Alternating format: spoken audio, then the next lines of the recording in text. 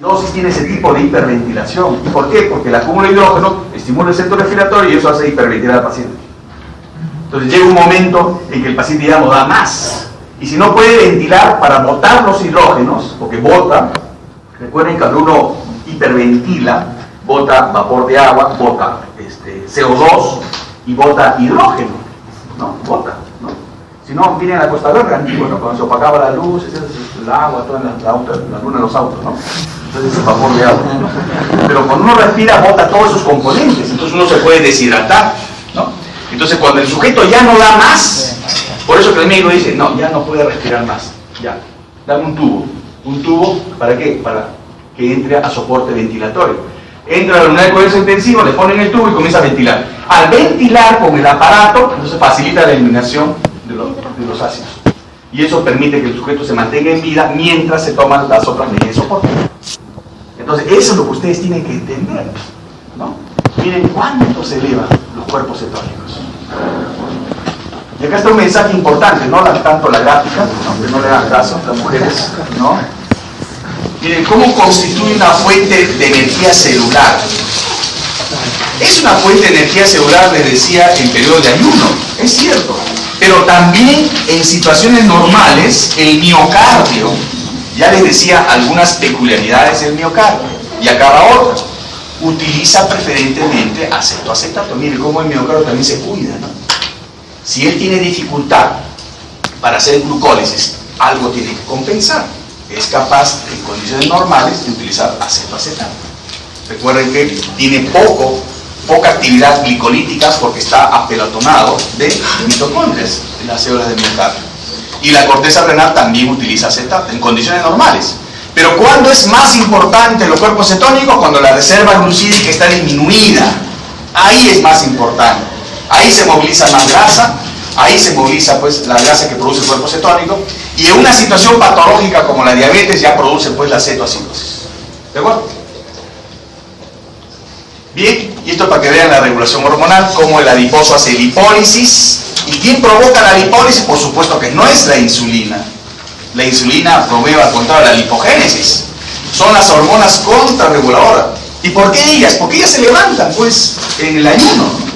¿Quién se incrementa en el ayuno? Las hormonas contrarreguladoras. La insulina baja y las hormonas contrarreguladoras aumentan. ¿Para qué? Para que, entre otras cosas, estimulen la lipólisis, para que estimulen la cetogénesis. Lipólisis, llega a ácidos grasos acá y hagan cetogénesis. Pero ¿quién estimula el consumo de cuerpos cetónicos y inhibe la lipólisis y la cetogénesis? La insulina. Por eso es que el paciente diabético, cuando recibe insulina, va a evitar que se formen cuerpos cetónicos. Disminuye los cuerpos cetónicos y mejora el pH. Sale de la acidosis el paciente. No se olviden, esto es muy importante recordar. Existen procesos similares para la acetilcoenzima, tanto intra como extramitocondrial, pero el producto varía. El proceso intramitocondrial conduce a formación de cuerpos cetónicos, pero el extramitocondrial produce colesterol o ácido graso, recuerda, pero son la misma vía, pero en diferente lugar, en diferente escenario, dan diferentes productos. Por eso le decía, esa de la hidroximetilglutarilcoenzima está muy ligado a la síntesis de colesterol, ¿no? Entonces, son dos hechos importantes que recordar. Acá está el esquema general, miren, cómo hay lipólisis, cetogénesis y consumo de cuerpos cetónicos. ¿En qué circunstancias se da esta situación? Normalmente se puede dar en algunos tejidos, como decía al comienzo, el miocardio, pero normalmente cuando hay mayor oxidación de grasa. Entonces volvemos a preguntar, ¿en qué condiciones hay mayor oxidación de grasa? ¿En qué situaciones fisiológicas yo puedo oxidar más grasa? Cuando yo hago ejercicio oxido más grasas, ¿no? Si yo hago dieta oxido más grasas, ¿no? Entonces, pero no es bueno pues prolongar mucho el ayuno, ¿no?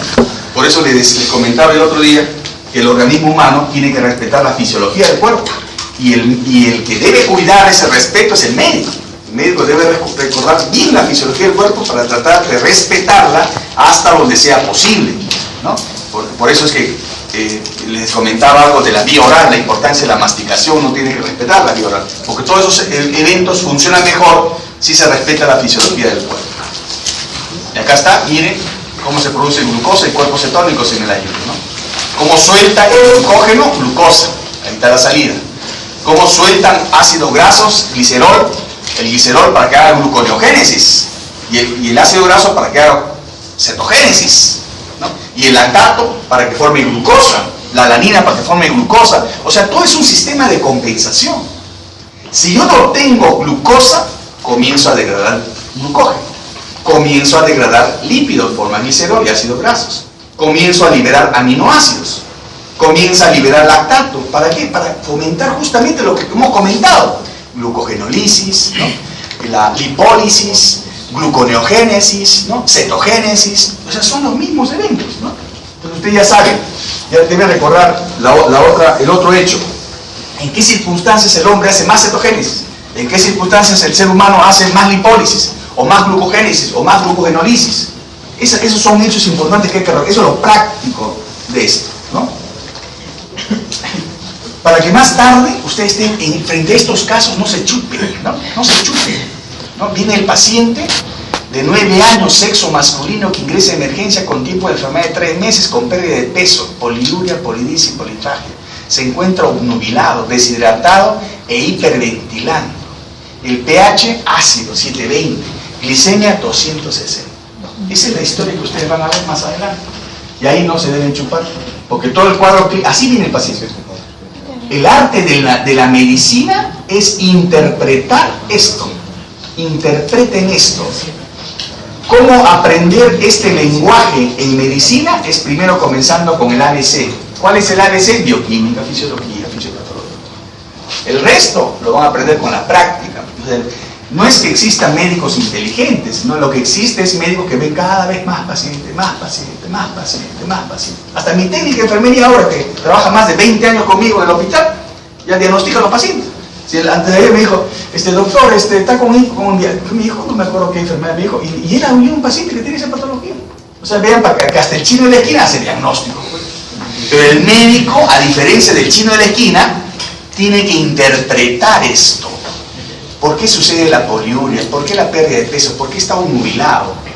¿Por qué está hiperventilando? ¿Qué tengo que hacer? Ahí es el pensamiento rápido, ¿no?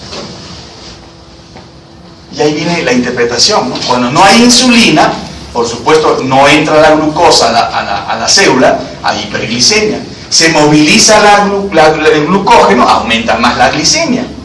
Pero a la vez se moviliza la grasa, ¿no? Que provoca más cetogénesis, más cetoácidos, incrementa los cuerpos cetónicos, mientras la hiperglicemia va aumentando la osmolaridad. Osmolaridad. Y como la hiperglicemia sobrepasa el umbral renal de glucosa, entonces la glucosa comienza a excretarse demasiado en la orina y jala agua, pues, ¿no? Porque tiene efecto osmótico, produce poliuria, y la poliuria desencadena pérdida de electrolitos, y la hiperosmolaridad jala agua, deshidrata más la célula, porque pasa de un componente a otro. Se deshidrata con disturbios electrolíticos y finalmente sucumbe con la acidosis. Se juntan los dos, entran a coma y mueren si no hay médico. Entonces esa es la historia que ustedes tienen que cortar. Por eso que el médico debe evitar confusiones para interpretar la clínica del paciente. Uno de los grandes errores del médico es confundirse. ¿Pero por qué se confunde? Porque no sabe. ¿Por qué se confunde?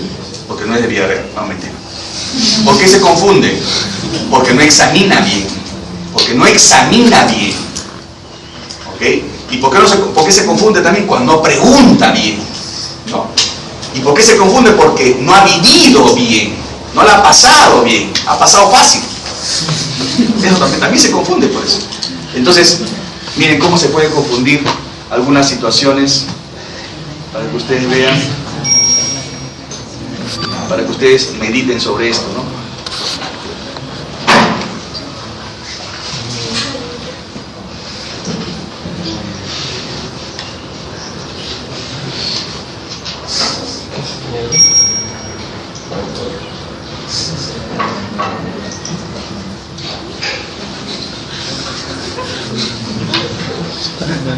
¿No? Se puede confundir, ¿no? Por eso es que el médico tiene que ser, no chismoso, tiene que ser observador, tiene que saber comunicar, tiene que saber que es el médico, para que no se equivoque, ¿no? Y después tenemos acá